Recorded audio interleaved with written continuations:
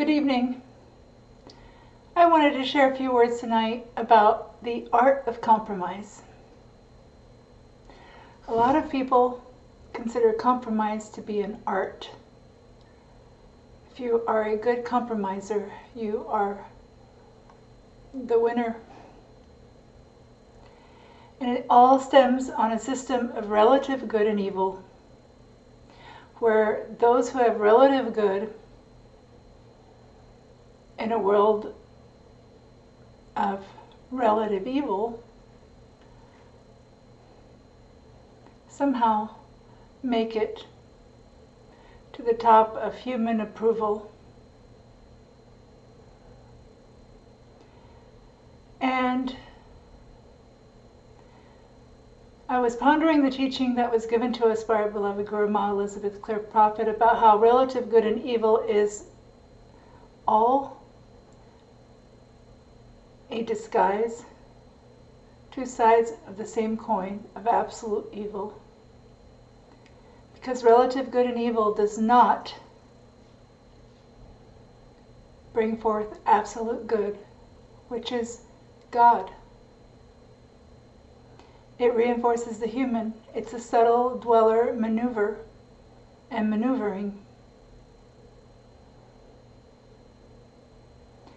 And so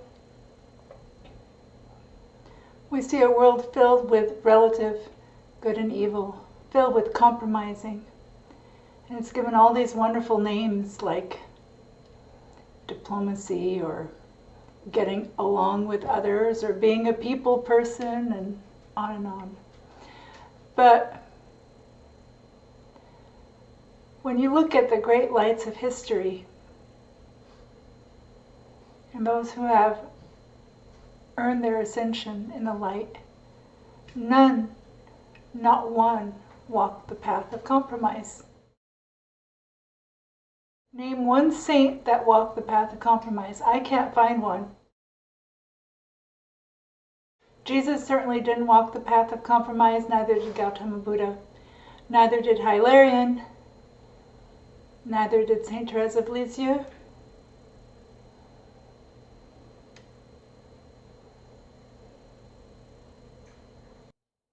I was thinking about how much more appreciated I was, it seemed, when I was still really indulging in my human identity.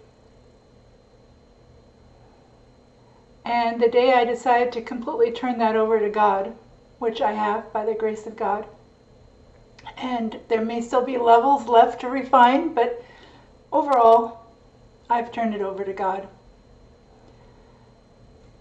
Why, you might ask? Because I've come so close to death so many times, and because it's the only thing that's worth anything.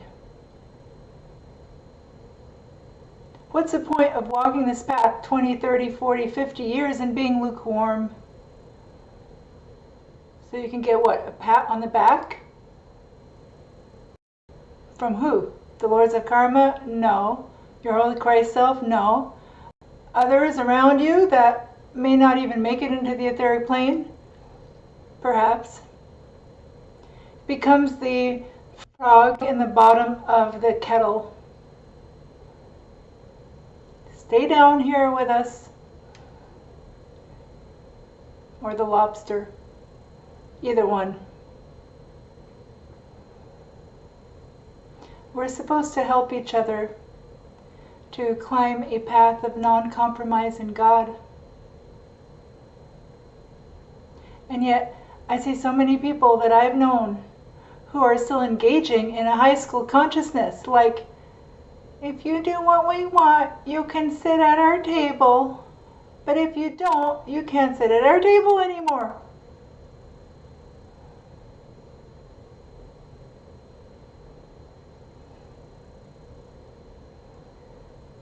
Like life is a picnic, a lunch.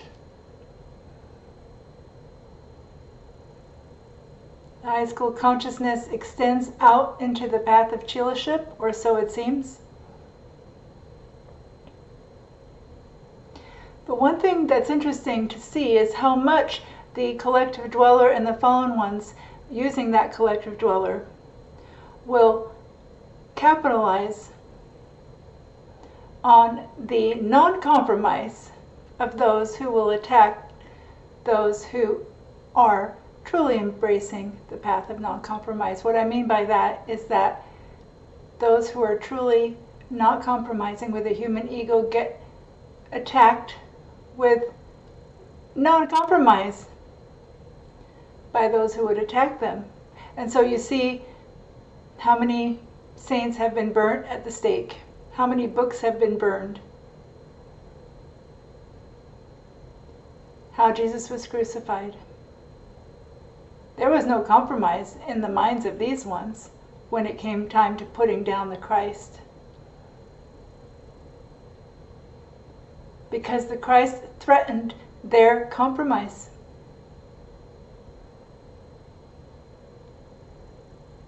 Jesus says it really clearly in the Jesus Watch. They shall not prevail who seek the support of visible numbers in affirming their right action and conduct. And yet, how many people are doing that? Even in positions of spiritual leadership, how many people are doing that in general? The Mahachohan tells us there are two crucifixions. The real one, which is for the emerging Christ. It's the butterfly in the cocoon. And then there's the false crucifixion put upon us by the fallen ones, the false pain. And he said, we have to reject that. Jesus said, I was only on the cross for a few hours. I think it was 3. You can take me down from the cross now. And it's the same for us at a certain point in time. For there are those who would seek to see our Dharma and our being perpetually crucified. And what I realized by that is that it's because they're really not after the human personality. They're after God. They are still after God in the individual. You see, as long as I was posting things on Facebook that were humanly pleasing and somewhat irrelevant to the Christ consciousness, or even going against it to whatever degree, let's just say as long as I was indulging my human, you get the applause, you get the likes, you get the popularity, you get the affirmation, you get the pat on the back, you get the we go along with you. The day you say, I'm not doing this anymore,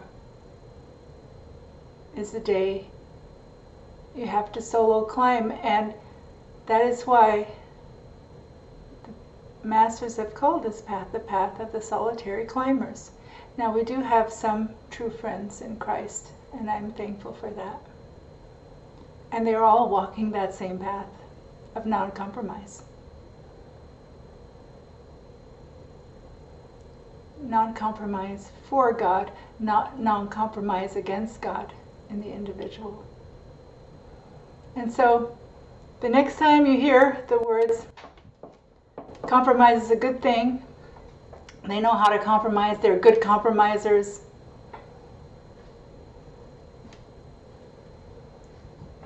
that's their people skills.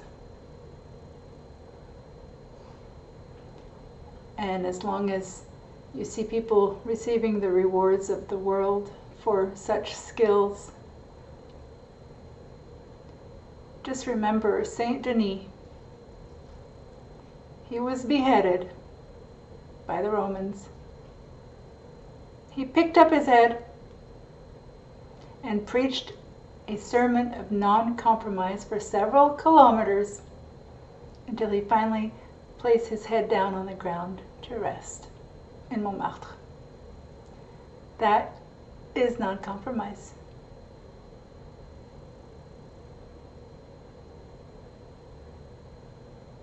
God's style. Namaste.